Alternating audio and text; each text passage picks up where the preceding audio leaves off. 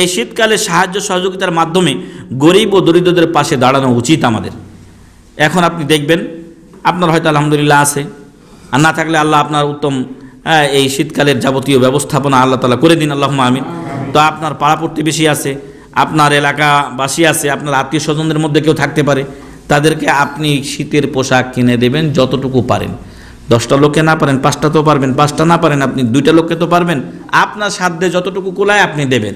500 টাকা হলে একটা সোয়েটার হয়তো পাওয়া যায়, 500 টাকা হলে একটা হয়তো আপনি সোয়েটার পাবেন। তো একটা সোয়েটারের জন্য একটা গরিব মানুষ অনেক উপকৃত হবে, যতদিন গায়ে দিবে আপনি নেকি তো পাবেনই, ওর দোয়াও আপনি পাবেন। তো সম্মানিত ভাই এবং বন্ধুগণ, শীতকালে অনেক লোকেরা আমাদের অনেক মুসলিম ভাই ও বোনেরা রয়েছেন যারা কনকনে শীতে হয়তো তাদের একটা কম্বল নাই, হয়তো তাদের জ্যাকেট নাই অথবা সোয়েটার নেই, কোনো রকম হয়তো দিনাতিপাত করছেন অনেক কষ্টে। অনেক মুসলিম ভাই ও বোনেরা রয়েছেন যারা খোলা আকাশের নিচে রয়েছেন, সরাসরি শীত তাদের উপরে পড়তেছে। অনেক জায়গায় উদ্বাস্তু আছে না, এখন তো মুসলিমদের অবস্থা সারা বিশ্বেই করুন, এবং শয়তানের দল সারা বিশ্বেই ঐক্যবদ্ধ হয়েছে। আল কুফরু মিল্লা ওয়াহিদা, কুফুরিটা হলো কুফর, কাফের যারা তারা সবাই ঐক্যবদ্ধ। যখন মুসলিম তার জীবন বাঁচাতে একটা পাথর মারে সে হলো সন্ত্রাসী, আর যখন ও গুলি করে আর উপর থেকে বোমা মেরে এলাকার পর এলাকা পাহাড় পর্যন্ত ধসিয়ে সব শেষ করে দিচ্ছে, তখন সে সন্ত্রাসী হয় না। আসলে এই দাপট যার, ক্ষমতা যার, তার কিছু তার পক্ষেই সবাই কথা বলে। ফলে আজকে মুসলিম ভাই ও বোনেরা আজকে বিভিন্ন জায়গাতে উদ্বাস্তু হয়ে আছে এবং তারা শীতে কষ্ট পাচ্ছেন। অনেক জায়গায় তাঁবু নাই, অনেক জায়গায় তাদের কম্বল নাই। ভাই, যাদেরকে যতটুকু পারেন সহযোগিতা করবেন, আর না পারলে আপনি তো দোয়া করতে পারেন তাদের জন্য। আপনি তো মুসলিম ভাই বোনদের জন্য পক্ষে দোয়া করতে পারেন, শত্রুর বিপক্ষে দোয়া করতে পারেন না, নাকি এটাও আপনার এই হিম্মতটুকু নেই যে আপনি তাদের জন্য দোয়া করবেন? তাহলে তো ইমানই নেই। হ্যাঁ, যার অন্তরে এই মুসলিমদের জন্য মায়া মহব্বত ভালোবাসা না থাকে এবং দুঃখ দুর্দশাগ্রস্ত মুসলিমদের জন্য সে দোয়া না করে, শত্রুর বিপরীতে সে দোয়া না করে, তো তার অন্তরে কি ইমান থাকতে পারে? এজন্য আমাদের অনেক মুসলিম ভাই ও বোনেরা এই শীতকালে অনেক অনেক কষ্টে রয়েছেন। তাদের মধ্যে যাদেরকে সম্ভব আমরা সহযোগিতা করব, যাদেরকে সম্ভব সহযোগিতা করব, সেটা টাকা দিয়ে হোক অথবা একটা জিনিস আপনি কিনে দিন, যেভাবেই হোক না কেন আপনি ব্যবস্থা করবেন। আপনার আত্মীয় স্বজনের মধ্যে হয়তো অনেকে গরিব থাকতে পারে, আপনি হয়তো খোঁজ নেননি, এখনও খোঁজ নেন এবং তাদেরকে আপনি সহযোগিতা করার চেষ্টা করুন। আল্লাহ যেন তৌফিক দান করেন, আল্লাহুম্মা আমিন। রাসূল সাল্লাল্লাহু আলাইহি সাল্লাম বলছেন, আল মুমিনু লিল মুমিনি কাল বুনিয়ান, একজন মুমিন আর একজন মুমিনের জন্য প্রাচীর স্বরূপ। ইয়াশুদ্দু বাযুহু বাযা, একটা ইট আর একটা ইটকে যেরকম মজবুত করে, একজন মুসলিম আর একজন মুসলিমকে মজবুত করবে। ফলে এই আপনার দুনিয়ার যে টাকা পয়সা, এটা তখনই আপনার সাকসেস হবে বা সফলতা অর্জন করবে যখন এটার দ্বারা আপনার পরকালীন নাজাতের পথ কি হবে, রচিত হবে। আমি মেলা টাকা ইনকাম করলাম, দুনিয়াতে আমার 5টা 10টা বাড়ি থাকলো, গাড়ি থাকলো, নারী থাকলো, মেলা কিছু থাকলো, পরকালে জাহান্নামে গেলাম, এর ফায়দা আমার সারা জীবনের কোনো মূল্যায়ন নেই আল্লাহর কাছে। আমি নিজেই আফসোস করব কিয়ামতের দিন। দুনিয়ার সব কিছু দিয়েও কি করতে চাইবে? নিজেকে জাহান্নাম থেকে ছুটাতে চাইবে, কিন্তু হবে কি? হবে না। তো এই জন্য ভাইয়েরা, আপনারা আমার যতটুকু আছে, আল্লাহ তাআলা বলছেন ওয়া মিম্মা রাযাকনাহুম ইউনফিকুন, আল্লাহ সব দিতে বলেননি, বলছেন মিম্মা, আপনাকে যেটা আল্লাহ দিয়েছেন সেখান থেকে আপনি ব্যয় করেন, সেখান থেকে আপনি গরিব মিসকিনকে দেবেন, সবটা দিয়ে দিতে আল্লাহ তাআলা বলেননি। ফলে একজন মুসলিম আর একজন মুসলিমের যদি ভাই হয়ে থাকে, তাহলে তার দুঃখে সে দুঃখিত হবে, তার ব্যথায় সে ব্যথিত হবে। আর ইজাশতাকা মিনহু আল মুসলিম আখুল মুসলিম, এক মুসলিম আর এক মুসলিমের ভাই, ইজাশতাকা মিনহু উযবুন তাদাআলাহু সাইরুল জাসাদ, যদি একজন মুসলিম দুঃখ কষ্ট পায়, তা যেরকম আপনার শরীরের একটা অংশে আল মুসলিমু কাজাসাদিন ওয়াহিদ, মুসলিমরা একটা বডির মতো। ইজাশতাকা মিনহু উযবুন তাদাআলাহু সাইরুল জাসাদ, যদি আপনার এক জায়গায় এইখানে ব্যথা লাগলে পুরো শরীরে আপনি অনুভব করেন, ওইরকম একজন মুসলিম যদি ব্যথিত হয়, কষ্ট পায়, তাহলে তার জন্য আপনার ব্যথা পেতেই হবে। আপনার অন্তরে ঈমান যদি থেকে থাকে, তাহলে আপনি অবশ্যই তার ব্যথায় ব্যথিত হবেন, তার দুঃখে দুঃখিত হবেন, নতুবা আপনার ঈমান নবায়ন করা উচিত। তো আসুন আমরা আমাদের মুসলিম ভাই ও বোনদের পাশে দাঁড়াই, যে যেখানে পারি যতটুকু পারি। আপনার এলাকায় হয়তো বলছেন যে শেখ আমার এলাকায় সবাই ধনী মানুষ, মেলা এলাকা আছে যেইখানে মানুষ অত্যন্ত শীতে কাঁপছে, বিভিন্ন প্রত্যন্ত অঞ্চল এলাকা আছে। এবং মাশাআল্লাহ আলহামদুলিল্লাহ আমরা অনলাইনের মাধ্যমে পাচ্ছি অনেক শায়েখ মাশায়েখরা এই উদ্যোগ নিয়েছেন, তারা শীতবস্ত্র সংগ্রহ করছেন। আপনার শীতবস্ত্র যেটা অতিরিক্ত আছে সেটাও জমা দিতে পারেন, আপনার বাড়িতে যেগুলো অতিরিক্ত আছে সেটা জমা দিতে পারেন, অথবা আপনি টাকা দিয়ে তাদের সাথে অংশগ্রহণ করতে পারেন, তারা আপনার অনুদান পৌঁছিয়ে দেবেন ইনশাআল্লাহ।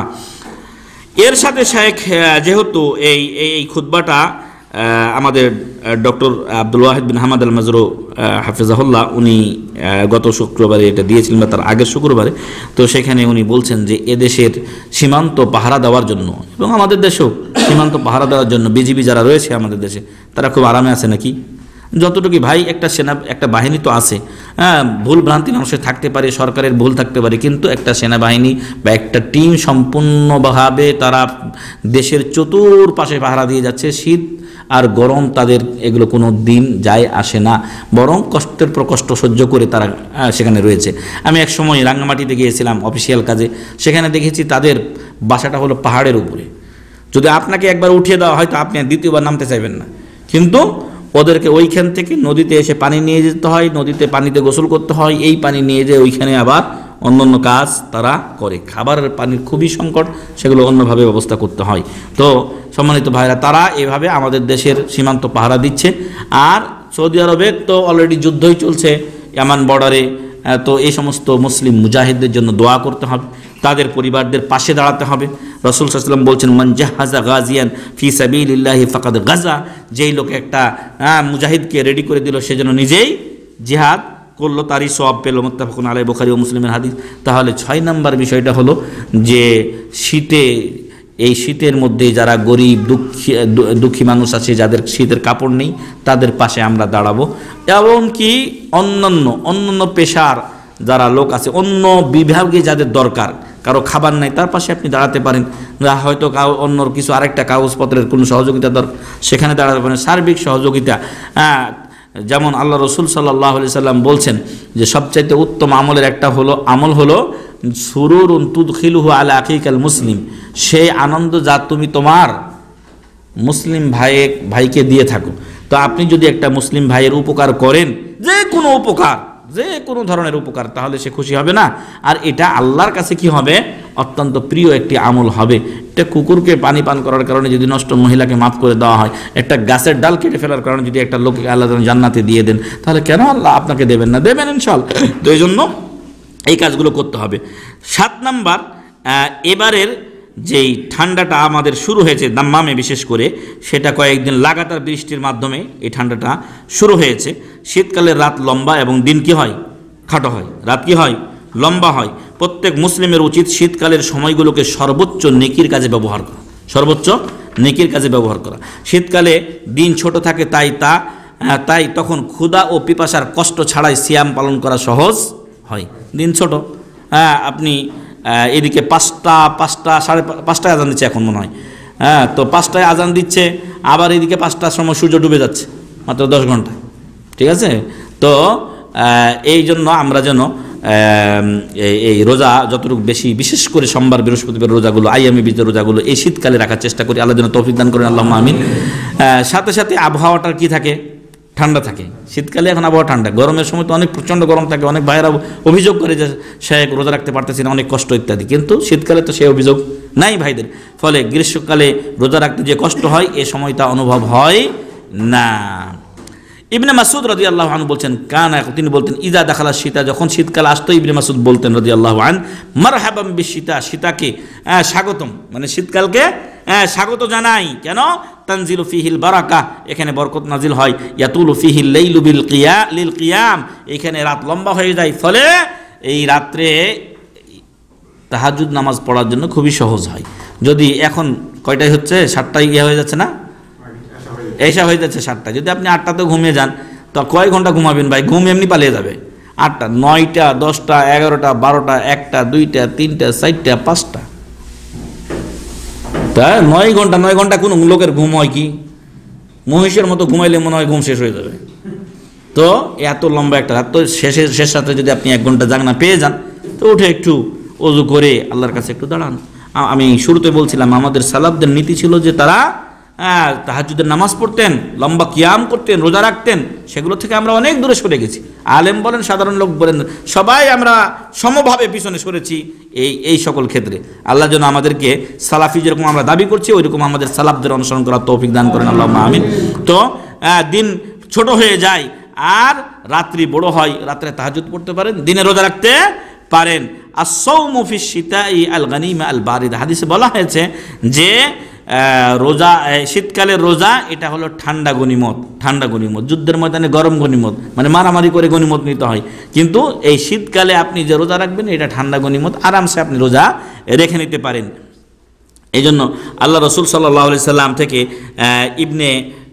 আব্দুল্লাহ ইবনে সালাম রাদিয়াল্লাহু আনহু যে হাদিসটা বর্ণনা করেছেন, চারটার কথা অনেক ভাইয়ের মুখস্থ আছে হাদিসটা, যে সিলুল আরহাম, মদিনাতে প্রথম যে কথাগুলো ভাষণগুলো দিয়েছিলেন রাসূল, সেই কথাগুলো ছিল কি? সিলুল আরহাম, তোমরা আত্মীয়তার আইয়ুহান নাস, হে লোক সকল, আতঈমুত তাআম, গরিবকে খাবার দাও, যেগুলো আমরা বলে এসেছি। আফশুস সালাম, সালাম বিনিময় করো। সিলুল আরহাম, আত্মীয়তার বন্ধন রক্ষা করো। ওয়াসাল্লু বিল্লাইলি ওয়ান নাসু নিয়াম, মানুষ যখন ঘুমিয়ে থাকে তখন তোমরা কিছু নামাজ পড়ো, তাহলে কি হবে? তাদখুলুল জান্নাতা বিসালাম, নিরাপদে জান্নাতে চলে যাবে। আল্লাহু আকবার। তো এই শীতকাল আমাদের জন্য এটা একটা সুবর্ণ সুযোগ এনে দিয়েছে যে দীর্ঘ রাত, লম্বা রাত ঘুম পেড়ে আরামসে ঘুম পাড়েন আপনি, ঘুম পাড়ার পরেও আপনার কাছে সময় থেকে যাচ্ছে, ফলে শেষ রাত্রে উঠে নিজের রবের কাছে কিছু কান্নাকাটি করুন, নিজের দুনিয়া ও আখিরাতের কল্যাণ চান এবং বিপদ থেকে আল্লাহর কাছে পানাহ, মুক্তি চান, আশ্রয় চান। এটা গেল একটা দিক। আর দিনের বেলা রোজা রাখা। অষ্টম নাম্বার এবং শেষ নাম্বার যেটা বলবো,